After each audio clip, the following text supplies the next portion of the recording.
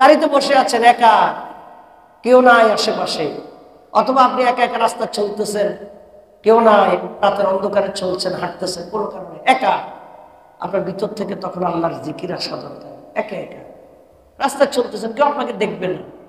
বাসায় এক রুমে ঘুমিয়ে আছেন, কেউ আপনাকে দেখবে না, একেবারে কেউই দেখছে না, এমন জনমানব শূন্য অবস্থা যদি আপনার আল্লাহর জিকিরে যদি আপনার চোখ থেকে যদি পানি ঝরে, আল্লাহ তাআলা আরশের ছায়ায় স্থান দিবেন। সুবহানাল্লাহ। তাহলে এটা আমাদের অভ্যাস করার দরকার আছে কি না? আছে। 7 নাম্বার, ওয়ারাজুলুন তাসাদদাকা বিসাদাকাতিন ফাআখফাহা হাত্তা লা তা'লামা শিমালুহু মাযা ইউনফিকু ইয়ামিনুহু। এবং ওই ব্যক্তিকে আল্লাহ তাআলা আরশের ছায়ায় স্থান দিবেন যেই ব্যক্তি এমন ভাবে দান করে তার বাম হাত জানে না ডান হাত কি দান করেছে। তাহলে কি প্রকাশ্য দান নিষেধ? আমরা যে মসজিদে কালেকশন করি এগুলো তো প্রকাশ্য দান। আপনি যে বিভিন্ন এতিমখানায় দেন, বিভিন্ন প্রতিষ্ঠানে দেন, মসজিদে দান করেন, এগুলো তো প্রকাশ্যে হয়। এটা কি নিষেধ? না, প্রকাশ্যটা অনুমতি আছে। তবে জান্নাত আরশের ছায়ায় স্থান পাওয়ার জন্য প্রকাশ্যের চাইতে গোপন যেটা, সেটার মূল্য বেশি। কিন্তু আমরা তো 1000 টাকা দিয়ে একবারে কান খাড়া করে রাখি, আমার নাম বলছেনি, আমার নাম বলছেন, তাহলে তো আমি বঞ্চিত হয়ে গেলাম। আমি 1000 টাকা দিলাম, আমার নাম বলা হোক আর না হোক, এটা আমার আল্লাহ দিচ্ছেন। قال الله تعالى في كلامه المجيد فمن زحزح عن النار وأدخل الجنة فقد فاز. وقال تعالى في آية أخرى الأخلاء يومئذ بعضهم لبعض عدو إلا المتقين. قال رسول الله صلى الله عليه وسلم 7 يظلهم الله في ظله يوم لا ظل إلا ظله إمام عادل وشاب نشأ في عبادة الله ورجل قلبه معلق بالمساجد إذا خرج منه حتى يعود إليه أو كما قال عليه الصلاة والسلام. উপস্থিতি, আমি আপনাদের সামনে পবিত্র কোরআনের 3 নম্বর সূরা আলে ইমরানের 185 নম্বর আয়াত এবং 43 নম্বর সূরা জুখরুফের 67 নম্বর আয়াত, এই দুটি আয়াত তেলাওয়াত করে শুনিয়েছি। এবং রাসূল কারীম সাল্লাল্লাহু আলাইহি ওয়াসাল্লামের পবিত্র জবান থেকে আগত অনেকগুলো হাদিসের মধ্য থেকে সহিহ বুখারীতে উল্লিখিত 1330 নম্বর হাদিস, এটার অংশ বিশেষ আপনাদের সামনে পাঠ করে শুনলাম। যে দুটি আয়াত শুনলাম, যে হাদিস আমরা শুনলাম, তার আলোকে গত জুমাতে আমরা যে আলোচনা করেছিলাম, বলেছিলাম পরবর্তীতে আমরা তার বাকি অংশ আলোচনা শুনব। আপনাদের কি গত জুমার কথা খেয়াল আছে? কি বলতো, কোন বিষয় ছিল? আরশের নিচে 7 বৈশিষ্ট্যের লোকেরা, 7 শ্রেণীর লোকেরা আল্লাহ তাআলার আরশের ছায়ায় স্থান পাবে। সুবহানাল্লাহ। কয় শ্রেণী? 7 শ্রেণী। আমরা কয় শ্রেণী নিয়ে আলোচনা করেছিলাম? 3 শ্রেণী। মনে আছে এগুলো আপনাদের? 1 নম্বর হলো ন্যায়পরায়ণ বাদশাহ শাসক। দ্বিতীয়ত হলো ওই যুবক, যে যুবক কি আল্লাহ ইবাদত করতে করতে বড় হয়, আল্লাহ ইবাদত করতে করতে বড় হয়। 3 নম্বর বলেছিলাম যার অন্তর মসজিদের সাথে ঝুলন্ত থাকে, মসজিদের সাথে কি থাকে? ঝুলন্ত থাকে।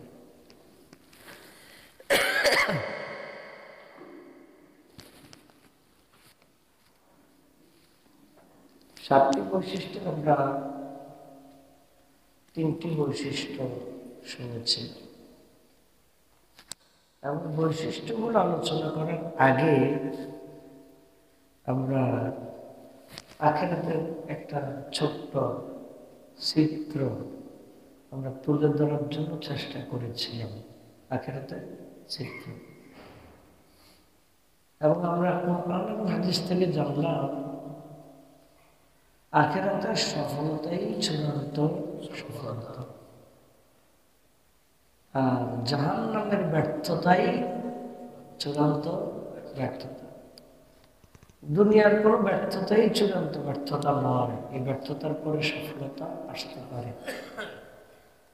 দুনিয়ার কোনো সফলতাই চূড়ান্ত সফলতা নয়, ওই সফলতার পরে ব্যর্থতা আসতে পারে। কিন্তু জান্নাত এবং জাহান্নামের মাঝখানে একটা প্রাণীকে জবাই করা হবে বলেছিলাম। সে প্রাণীর নাম কি থাকবে? মৃত্যু। মানে দুম্বা জাতীয় প্রাণী, যেটার নাম থাকবে হলো মৃত্যু। নাম থাকবে কি? মৃত্যুকে কি করে দেওয়া হবে? জবাই করে দেওয়া হবে। ফলে কি হবে? খুশিতে যদি কেউ মরে যাওয়ার মতো হতো তাহলে কারা মরে যেত? বেহেশতীরা খুশিতে মরে যেত। আর দুঃখে যদি কেউ মরে যাওয়ার মতো অবস্থা হতো তাহলে কারা মরত? জাহান্নামীরা, দোজখীরা মরে যেত। কিন্তু আল্লাহ তাআলা মৃত্যু দেওয়ার কারণে জান্নাতীরও আর মরবে না, জাহান্নামীরও আর। আমরা এই চিত্রটাও জেনেছিলাম কোরআন হাদিসের আলোকে। আজকে আমরা বাকি 4টি পয়েন্ট নিয়ে কথা বলতে চাই 7 শ্রেণীর মধ্যে। চতুর্থ হলো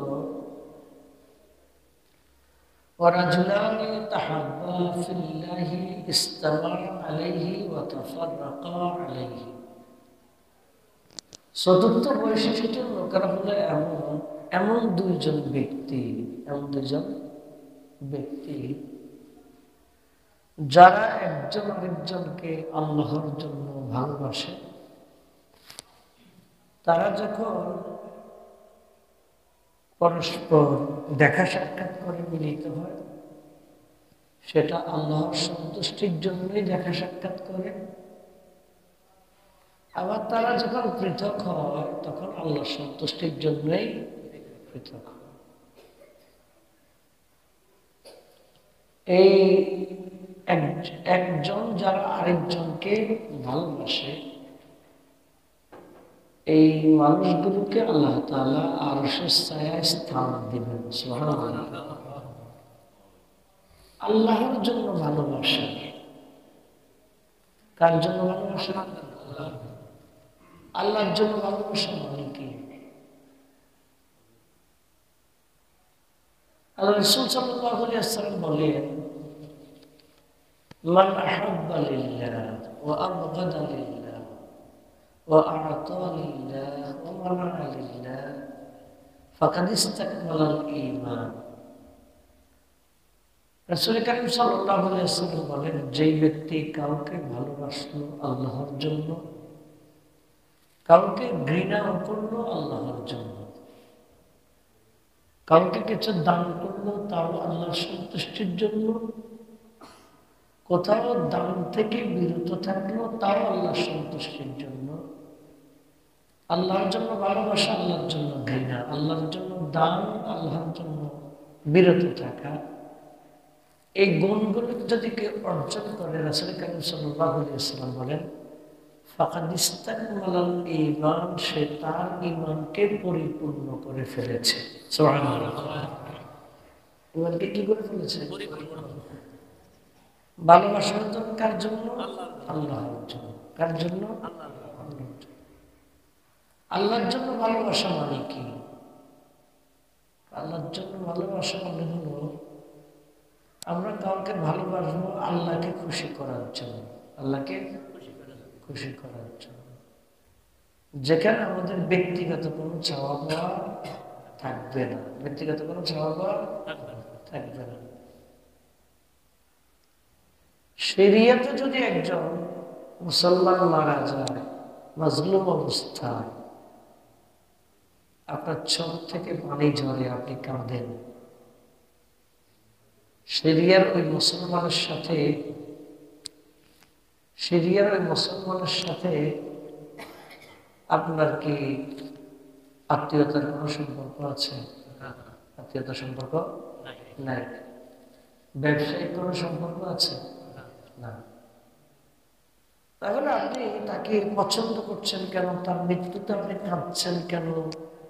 তার মৃত্যুর কারণে আপনি তার জন্য আল্লাহ তাআলার কাছে শাহাদাতের কামনা করছেন কেন? এই যে কোনো আত্মীয়তার সম্পর্ক নাই, ব্যবসায়িক সম্পর্ক নাই, নিজেদের দুনিয়ার কোনো চাওয়া পাওয়া নাই, শুধু আল্লাহর জন্য ভালোবাসা, শুধুই ভালোবাসা, এই কাজটাকেই বলা হয় আল্লাহর জন্য ভালোবাসা। এবং এই ভালোবাসা যারা অর্জন করবে, যারা পারস্পরিক এই ভালোবাসা বিনিময় করবে, আল্লাহ সাল্লাল্লাহু আলাইহি ওয়াসাল্লাম বলেছেন তারা আরশের ছায়ায় স্থান পাবে। সুবহানাল্লাহ।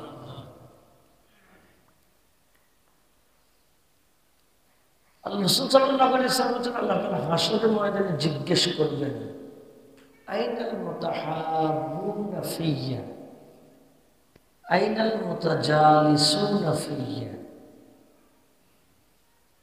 যারা আমার সন্তুষ্টির জন্য পরস্পর তারা বৈঠক করত, পরস্পর কি করত? বৈঠক করত।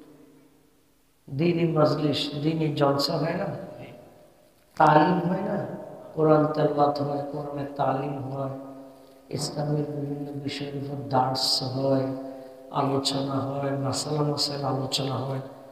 যারা একসাথে দিন চর্চা করেন তাদের মধ্যে একটা বন্ধুত্ব গড়ে ওঠে। বন্ধুত্ব গড়ে ওঠে, ওঠে না? আপনার 10 জন এক জায়গায় গিয়ে প্রতিদিন ফজরের নামাজের পরে আপনার 10 জন একসাথে ইসলামের বিভিন্ন বিষয় আপনারা জ্ঞান অর্জন করে থাকেন। এই 10 জনের সাথে আমাদের একটা হৃদ্যতা তৈরি হবে, একটা ভালোবাসা তৈরি হবে। একদিন যদি কেউ একজন অনুপস্থিত থাকে, সবাই তাকে মিস করে, সবাই তাকে মিস করে। কেন তাকে মিস করে? এখানে দুনিয়ার কোনো স্বার্থ নাই। আল্লাহ তাআলা হাশরের ময়দানে বলবেন, আইনাল মুতাজালিসুনা ফিয়্যা, যারা আমার সন্তুষ্টির জন্য তারা পরস্পর বৈঠক করত। আইনাল মুতাহাব্বুনা ফিয়্যা, যারা আমার সন্তুষ্টির জন্য একজন আরেকজনকে ভালোবাসত, আজকে তারা কোথায়? আল ইয়াউমা উযিল্লুহুম ফি যিল্লি, আজকের এই দিনে আমি তাদেরকে আমার আরশের ছায়ায় স্থান দিব। সুবহানাল্লাহ। আল্লাহ তাআলা হাশরের ময়দানে প্রশ্ন করবেন। হাশরের ময়দানে কি করবেন? প্রশ্ন করবেন। রাসূল সাল্লাল্লাহু আলাইহি ওয়াসাল্লাম বলেছেন, মুসলিম শরীফের হাদিস, এক লোক একবার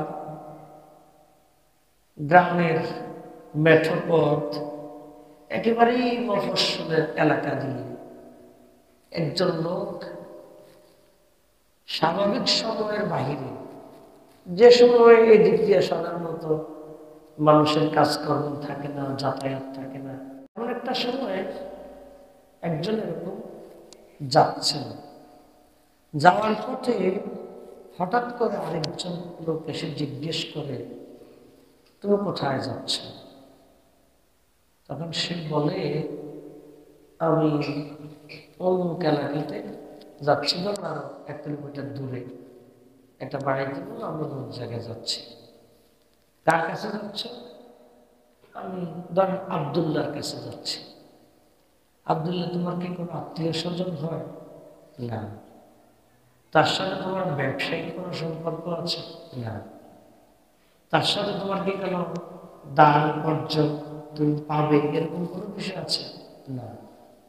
তাহলে তুমি কেন যাচ্ছ?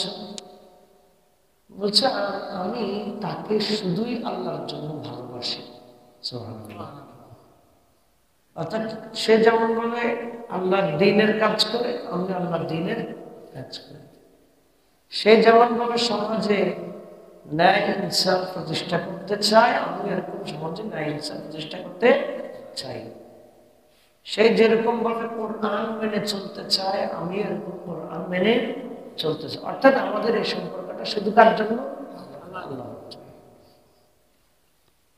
তো সেখানে তাদের আত্মীয়তার কোনো সম্পর্ক নেই, ব্যবসায়িক কোনো সম্পর্ক নাই, দুনিয়ার অন্য কোনো সম্পর্ক নাই।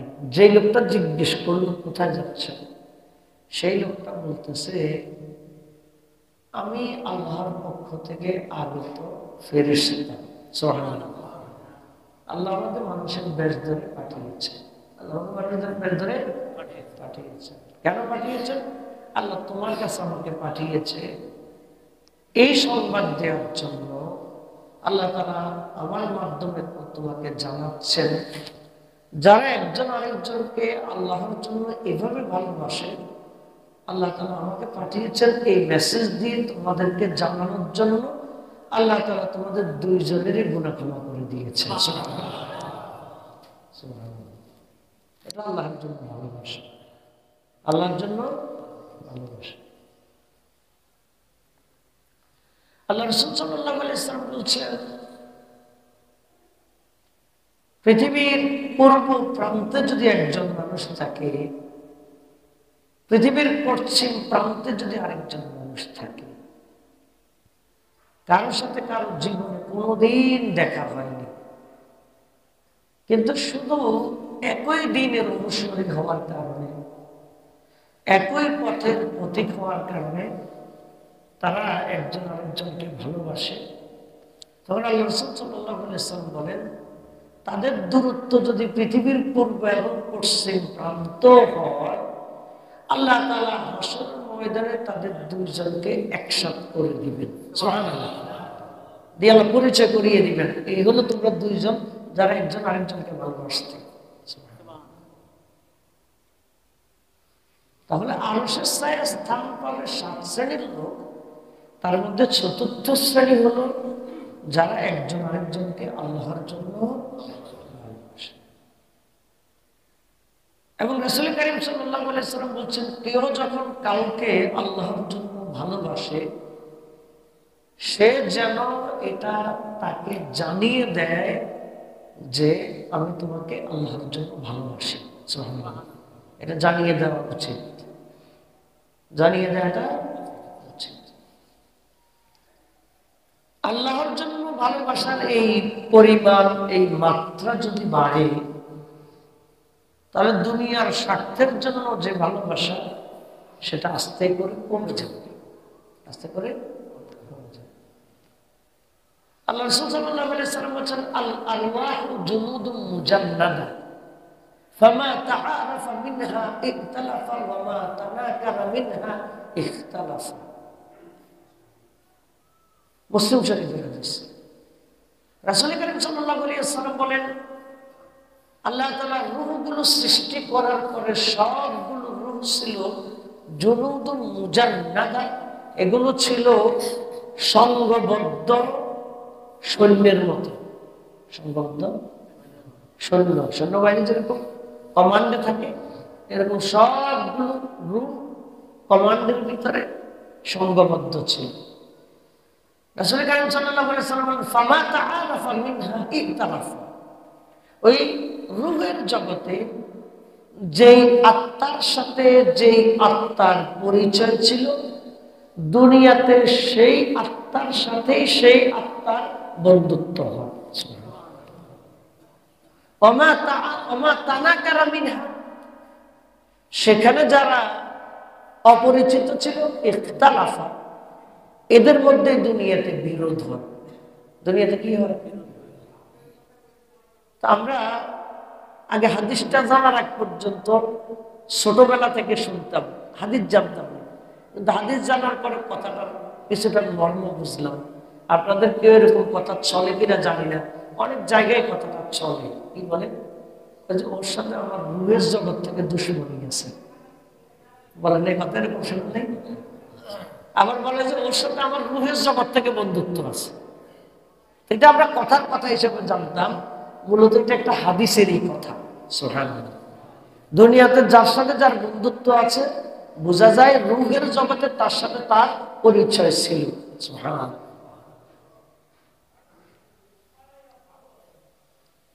আল্লাহ রাসূল সাল্লাল্লাহু আলাইহি ওয়াসাল্লাম বলেছেন, আল মারউ মা'a মান আহাব্বা।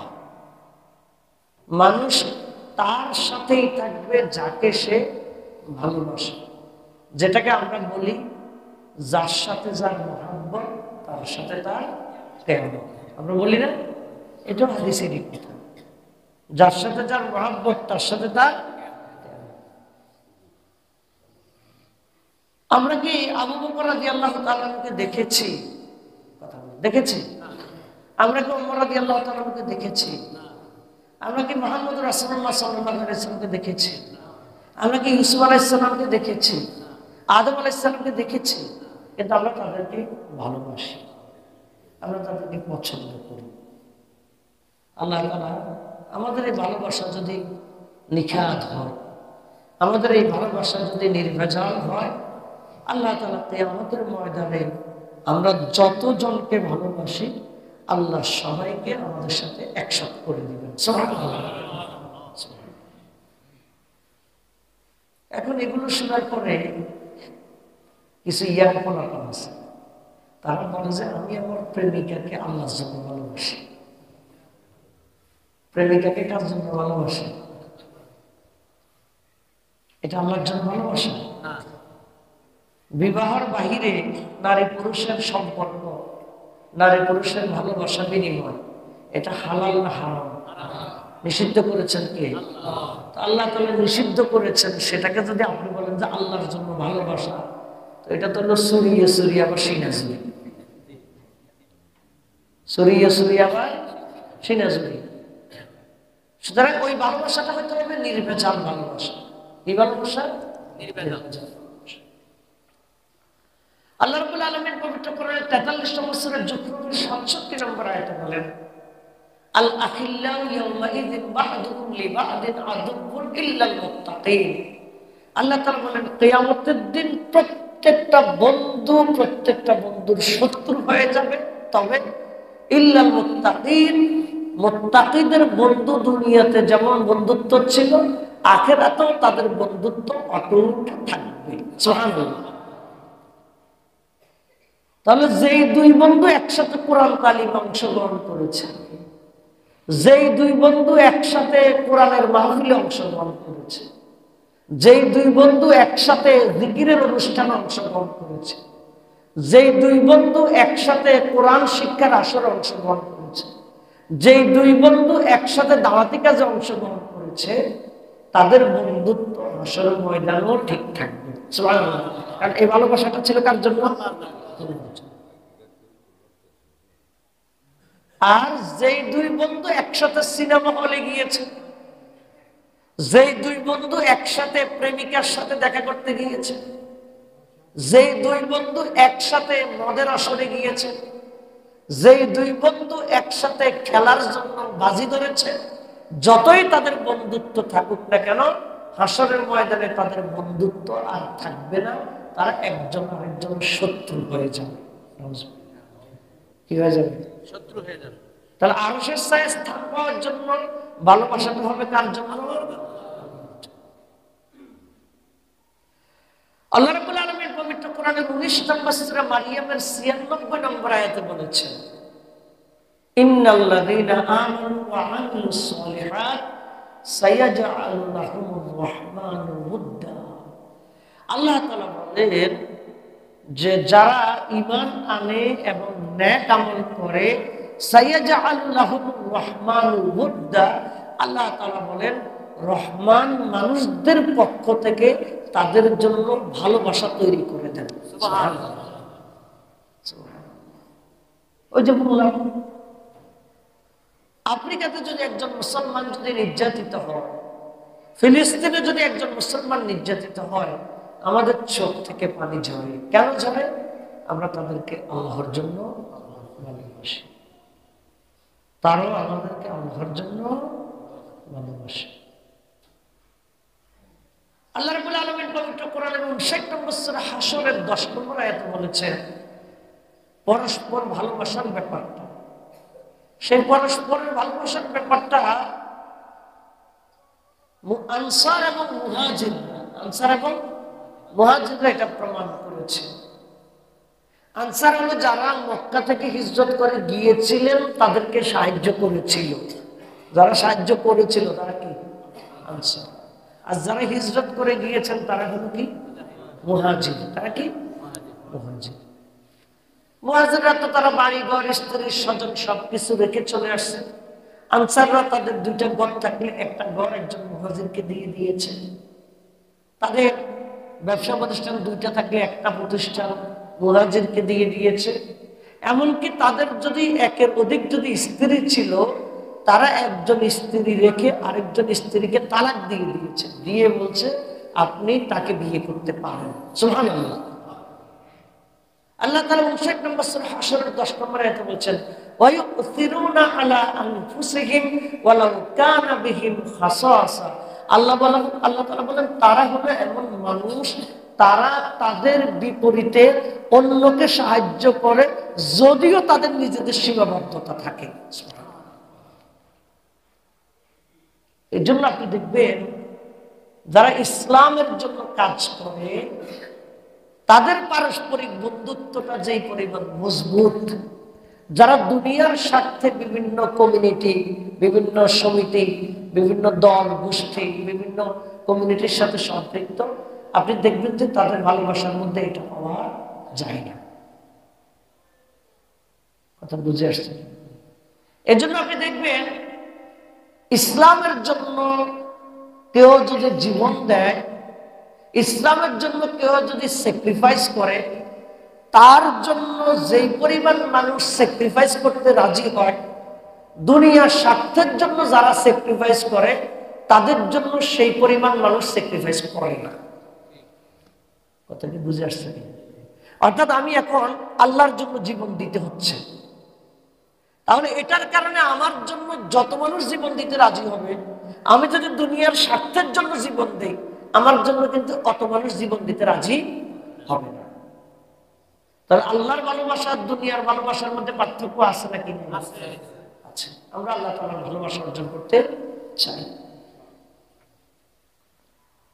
আল্লাহ রাব্বুল আলামিন বলছেন নবী লাউ আনফাকতা মা ফিস সামাওয়াতি ওয়া মা ফিল আরদ, আসমান এবং জমিনে যা আছে সব যদি আপনি তাদের ভালোবাসা তৈরি করার জন্য খরচ করতেন, তারা কখনোই এরকম হৃদ্যতা, এরকম ভালোবাসা তাদের মধ্যে জন্ম নিত না। তাদের মধ্যে ভালোবাসার জন্ম নেওয়ার কারণ হলো আল্লাহ তাদের মধ্যে ভালোবাসা জড়িয়ে দিয়েছেন। সুবহানাল্লাহ। কার জন্য? আল্লাহর জন্য। কার জন্য? আল্লাহর জন্য। আমি নাম বলবো না, আমি শুধু আপনাদেরকে একটা ঘটনা বলবো। বাংলাদেশের একজন তরুণ তুরস্কের একটা ইউনিভার্সিটির সহকারী অধ্যাপক, তিনি প্রথম যখন তুরস্কে গেলেন, বাজারে ঘুরতে ঘুরতে তিনি মাছ দোকানে গেলেন। মাছ দোকানে যাওয়ার পরে চেহারা স্বরূপ দেখে তো বিদেশি মানুষ বোঝা যায়। মাছ দোকানদার বলতেছে আপনি বাহিরের মানুষ, তুরস্কের মানুষ না। কোন দেশের মানুষ? আমি বাংলাদেশের মানুষ। তুরস্কের মাছ বিক্রেতা বলতেছে আপনি কি সেই বাংলাদেশের মানুষ যেই বাংলাদেশের অমুক ব্যক্তি শহীদ হয়েছে? তিনি বলছেন যে হ্যাঁ, আমি সেই বাংলাদেশের মানুষ যেই বাংলাদেশের অমুক ব্যক্তি শহীদ হয়েছে। তখন ওই মাছওয়ালা বলতেছে ওই শহীদের সম্মানে আমি আপনার থেকে মাছের দাম রাখবো না। সুবহানাল্লাহ। এটাকে বলা হয় মাহাব্বা লিল্লাহ ওয়া আবগাদা লিল্লাহ। কার জন্য ভালোবাসা? একজন মাছ বিক্রেতা কিভাবে এত হাজার কিলোমিটার দূরের একজন মানুষকে চিনবে? কিভাবে একজন মানুষের জীবনের জন্য আরেকজন নরমাল মানুষকে তার মাছের দাম রাখছে না? সে তো বিশাল কোটিপতি মানুষ না, সাধারণ একজন মাছ বিক্রেতা। এই ভালোবাসাটা কার জন্য? আল্লাহর জন্য। এটা আমি একটা শুধু একটা উদাহরণ দিলাম, এরকম শত শত উদাহরণ আছে। 7 শ্রেণীর মধ্যে চতুর্থ শ্রেণী হলো এটা। পঞ্চম শ্রেণী, ওয়ারাজুলুন দাআতু ইমরাআতুন যাতু হাসাবিন ওয়া মানসিবিন ফাকালা ইন্নী আখাফুল্লাহ। পঞ্চম শ্রেণী হলো ওই মানুষ, ওই যুবক আরশের ছায়ায় স্থান পাবে যাকে কোনো সম্ভ্রান্ত সুন্দরী বংশীয় মহিলা যদি কোনো অন্যায় কাজের জন্য আহ্বান করে, সেই যুবকটা বলে ইন্নী আখাফুল্লাহ, আমি আল্লাহকে ভয় করি। এই কথা বলে যেই ব্যক্তি নিজের চরিত্রকে হেফাজত করতে পারে, আল্লাহ রাসূল সাল্লাল্লাহু আলাইহি ওয়াসাল্লাম বলেন তাকে আল্লাহ তাআলা আরশের ছায়ায় স্থান দিবেন। সুবহানাল্লাহ। ইন্নী আখাফুল্লাহ, আমি কাকে ভয় করি? আল্লাহকে ভয় করি। আপনি কলেজ বিশ্ববিদ্যালয়ে যান, মাদ্রাসার কথা হিসাব ভিন্ন, মাদ্রাসা তো এমনিতে দ্বীনি পরিবেশ, তারপরে সেখানেও ব্যতিক্রম আছে, আমি সেটা বলছি না। আপনি কলেজ বিশ্ববিদ্যালয়ে যান, একেবারে ওপেন কথা, আপনি 100 জন ছাত্রের উপরে পর্যবেক্ষণ করেন, মিনিমাম 80 থেকে 90 জন ছাত্র আছে যাদের গার্লফ্রেন্ড আছে। আছে নাকি নেই? আছে। আপনি 100 জন ছাত্রের উপরে একটা পর্যবেক্ষণ করেন, তার মধ্যে মিনিমাম 70 থেকে 80 জন পাবেন তাদের বয়ফ্রেন্ড আছে। এই যে 70-80 জনের গার্লফ্রেন্ড বয়ফ্রেন্ড আছে, বাকি 10 জন 20 জনের যে নাই, আপনি কি জানেন বাকি 80-90 জন এই 10 জন 20 জনের নিয়ে ঠাট্টা করে, টিটকারি করে, যে তোদের কোনো ফিলিংস নাই, তোদের খ্যাত, তোরা হলো আনস্মার্ট, এই জীবনের মধ্যে এত কনজারভেটিভ চিন্তা করার দরকার কি? এই ইয়াং বয়সে একটু যদি মানে মজা টজা একটু এগুলো যদি নাই করা যায়, তাহলে জীবনের আর রইলটা কি? নাউজুবিল্লাহ। এই জাতীয় কথা বন্ধু বান্ধবদের মধ্যে আছে নাকি না? আমি এগুলো কোনো গোপন না, একজন আরেকজনকে জিজ্ঞাসা করে তোর কয়জন আছে, তোর কয়জন আছে, তার সাথে তোর কি খবর, কতবার কি কথা হলো, এই জাতীয় যোগাযোগ তাদের মধ্যে কথাবার্তা হয় নাকি হয় না? কিন্তু এত কিছুর এগেইনস্টে কলেজে পড়ে, বিশ্ববিদ্যালয়ে পড়ে, আপনি 10 জন 20 জন ছাত্র ছাত্রী পাবেন যাদের কোনো অবৈধ প্রেম প্রীতির ভালোবাসার সম্পর্ক নাই। কেন নাই? তারা কারণ তারা হলো ওই সকল যুবক যুবতী যারা বলে ইন্নী আখাফুল্লাহ, আমি আল্লাহকে ভয় করি। সুবহানাল্লাহ। আমি কাকে ভয় করি? আল্লাহকে ভয় করি। আল্লাহ তাআলা তো সব দেখেন, আল্লাহ তাআলা তো সব দেখেন। এবং হাদিসের বক্তব্য হলো যাতু হাসাবিন ওয়া মানসিবিন, সম্ভ্রান্ত করে যদি আহ্বান করে সে বলে আল্লাহকে ভয় করে। ধরেন একটা ইয়াং স্মার্ট ছেলে, তাজা, মানে খুব দেখতে সুদর্শন, এমন একটা ছেলেকে প্রেমের প্রস্তাব দিল একটা মেয়ে, যেই মেয়ের চেহারা সুরত অতটা হাই না, অতটা মানে সুদর্শন না। এখন সেই যুবকে বলতেছে আমি আল্লাহকে ভয় করি। কিন্তু যখন রূপসী রূপবতী তাকে কেউ আহ্বান করলো, তখন বলতেছে ঠিক আছে সম্পর্ক করা যায়। তাহলে এটাকে আল্লাহর ভয় হলো না? তার ভিতরে আল্লাহর ভয়টা এত প্রবল থাকবে, এই যুবককে প্রলুব্ধ করার জন্য সেই মহিলা বংশীয় মহিলা হোক, সেই মহিলা টাকাওয়ালা মহিলা হোক, রূপে গুণে সে শ্রেষ্ঠ মহিলা হোক, যাই হোক না কেন, মেধায় সে যতই হোক না কেন, ওই যুবকের একটাই বক্তব্য থাকবে ইন্নী আখাফুল্লাহ, আমি আল্লাহকে ভয় করি, অবৈধভাবে কোনো সম্পর্ক আমার থাকবে না। সুবহানাল্লাহ। এই যুবকেরা কোথায় স্থান পাবে? আরশের ছায়ায় স্থান পাবে। আল্লাহ রাসূল সাল্লাল্লাহু আলাইহি ওয়াসাল্লাম বলেছেন, আল্লাহ রাসূল সাল্লাল্লাহু আলাইহি ওয়াসাল্লাম বলেছেন লা তুতবি'ন নাজরাতান নাজরা, হঠাৎ যদি কোনো মহিলার দিকে দৃষ্টি পড়ে যায়, একবার দৃষ্টি পড়ার পরে দ্বিতীয়বার আবার দৃষ্টি দিও না। প্রথমবার দৃষ্টিটা হলো তোমার অনিচ্ছাকৃত, যেটা আল্লাহ ক্ষমা করে দিবেন। দ্বিতীয়বার যদি আবার দৃষ্টি দাও, সেটা হলো শয়তানের পক্ষ থেকে। কার পক্ষ থেকে? শয়তানের। এবং আল্লাহ রাসূল সাল্লাল্লাহু আলাইহি ওয়াসাল্লাম বলেছেন, কোন যুবক যদি এভাবে তার দৃষ্টিটাকে যদি কোনো মানে অবৈধ জায়গা থেকে যদি ফিরিয়ে নিতে পারে, আল্লাহ রাসূল সাল্লাল্লাহু আলাইহি ওয়াসাল্লাম বলেন ওই যুবক মৃত্যু পর্যন্ত তার ইবাদতে অসাধারণ একটা স্বাদ লাভ করতে পারবে। সুবহানাল্লাহ। ইবাদতে স্বাদ পাবে কেন? সে একটা অবৈধ দৃষ্টি থেকে নিজেকে রক্ষা করেছে। এখন নামাজও পড়ে, প্রেমও করে, রোজাও রাখে, সিনেমাও দেখে, অশ্লীল সিনেমা আছে নাকি নাই, সে তো তার নামাজ রোজা কোনোটাতে কি পাবে না, তৃপ্তি পাবে না। তৃপ্তি কে পাবে? যেই ব্যক্তি আল্লাহর সন্তুষ্টির জন্য তার দৃষ্টিটা কি করে নিয়েছে, ফিরে নিয়েছে। এবং এটার জন্য আরো একটা মজা আছে। আল্লাহ সাল্লাল্লাহু আলাইহি ওয়াসাল্লাম বলেছেন, এরকম যেই যুবক আল্লাহকে ভয় করে, সেই যুবককে যখন কোনো দুষ্ট মহিলা বিভ্রান্ত করার জন্য চেষ্টা করে, প্রলুব্ধ করার জন্য চেষ্টা করে, তখন ওই দুষ্ট মেয়েকে ওই তাকওয়াবান যুবকের জন্য আখিরাতে যেই হুর বরাদ্দ আছে, ওই জান্নাতের হুর দুনিয়ার দুষ্ট মহিলাটাকে লানত দেয়, এই তুই কাকে নিয়ে এভাবে কল্পনা করছিস, কাকে নিয়ে ভাবছিস, সে তো পবিত্র, তোর মতো দুষ্টের পিছনে সে যাবে না, আল্লাহ তার জন্য আমাকে বরাদ্দ রেখেছেন। সুবহানাল্লাহ,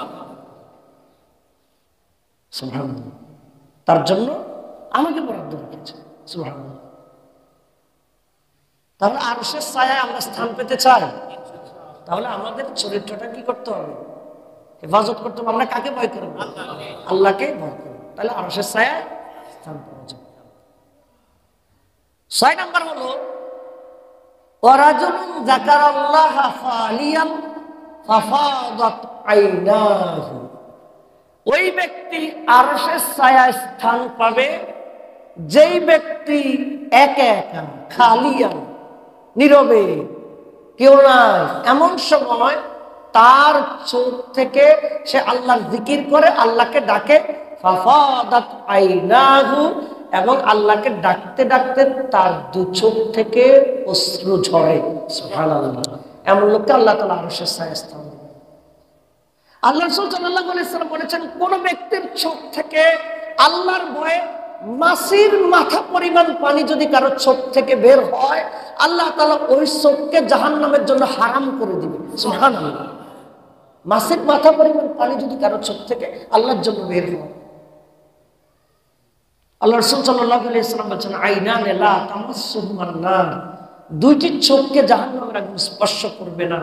তার মধ্যে হলো আইনুন বাকাত মিন খাশিয়াতিল্লাহ, যেই চোখ আল্লাহর জন্য কাঁদে, ও আইনুন বাতাত তাহরিসু ফি সাবিলিল্লাহ, এবং যেই চোখ আল্লাহর রাস্তায় আল্লাহর সীমানা পাহারা দেয়, ইসলামী ভূখণ্ডের সীমানা পাহারা দেয়, ইসলামী জনগোষ্ঠীর নিরাপত্তা যে দেয়, রাতে জেগে জেগে না ঘুমিয়ে, আর আল্লাহর জন্য যেই চোখ কাঁদে, এই দুটি চোখ জাহান্নামকে আল্লাহ তাআলা হারাম করে দিয়েছেন। সুবহানাল্লাহ।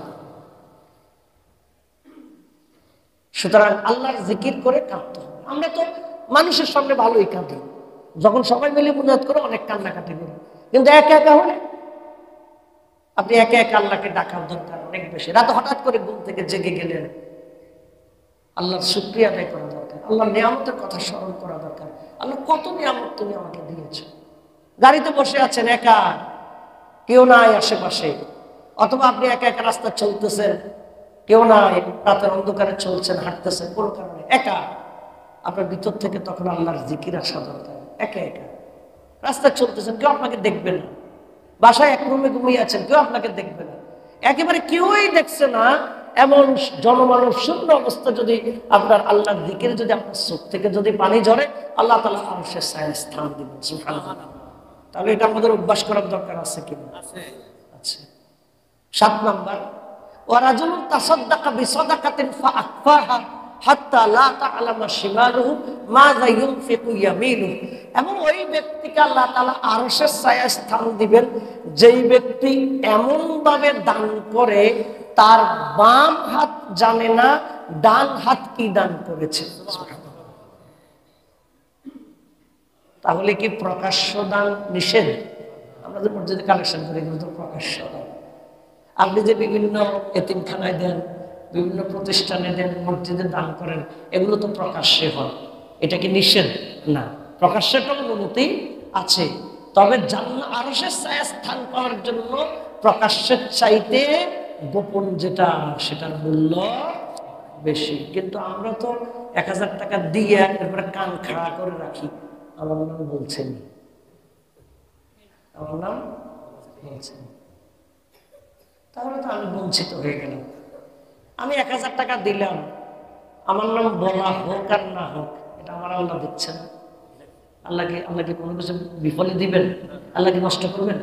এর জন্য একটা ওই যে সঙ্গীত আছে, আপনারা অনেকেই এটা শুনেন, আরবি একটা সঙ্গীত, ইসলামিক একটা গান আছে, গজল আছে, আপনারা অনেকেই এটা শুনেন কিন্তু এটা জানেন না। একটা ইয়ে আছে, হাল্লাকা সিররুন ইনদাল্লাহ, শুনছেন না? এটা অর্থ কি?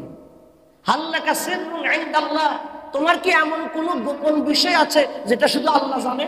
সুবহানাল্লাহ। শুধু কে জানে? আল্লাহ জানে, দুনিয়ার আর কেউ। আপনার সব দানের কথা আপনার স্ত্রীকেও বলার দরকার নেই। আপনার সব দানের কথা আপনার ছেলে মেয়েকেও জানানোর দরকার নেই। কিছু দান আপনি মানে পৃথিবীর কেউ জানবে না, যে পাবে সে জানবে, আর আপনি দিয়েছেন আপনি জানেন। আর কিছু কিছু জায়গাতে এরকমও আছে যে মানে যে পাবে সেও জানে না। কারণ একটা জায়গায় বক্স একটা দিয়ে আছে, একটা জায়গায় কি দিয়ে আছে?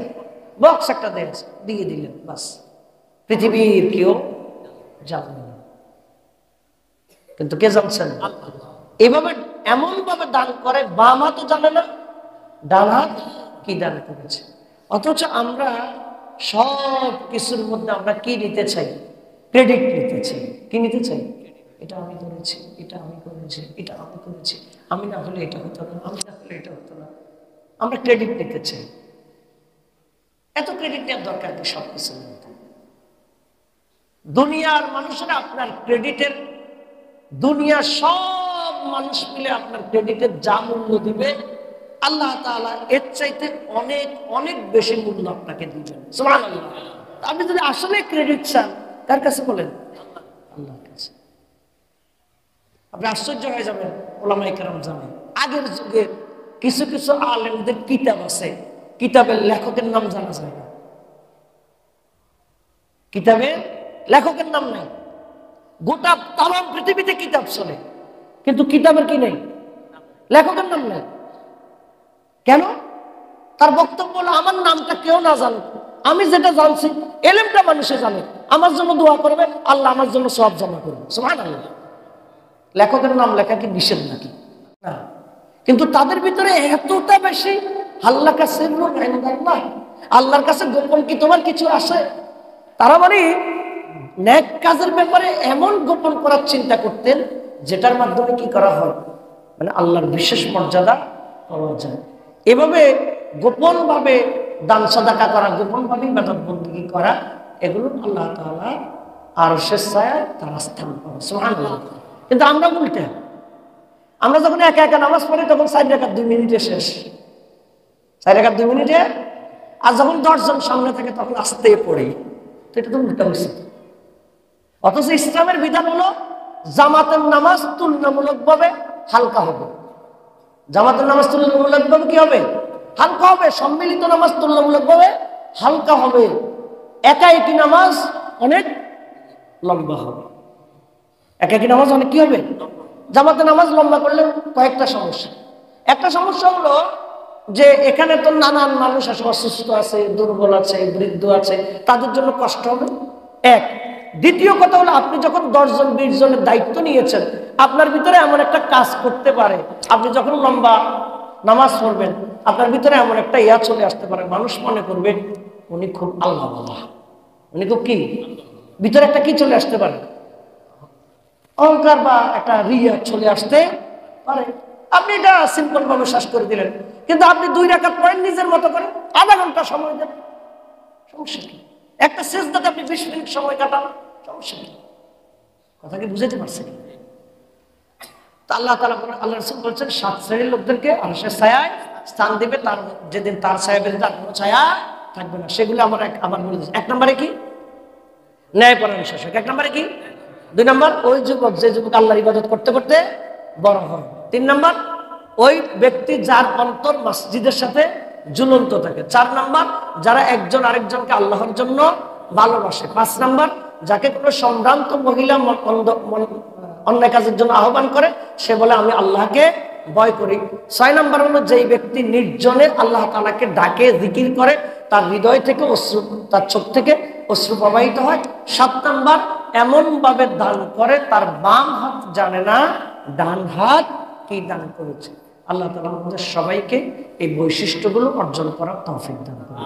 আল্লাহুম্মা সুবহানাকা আল্লাহুম্মা বিহামদিকা আশহাদু আল্লা ইলাহা ইল্লা আনতা আস্তাগফিরুকা ওয়া আতুবু ইলাইক।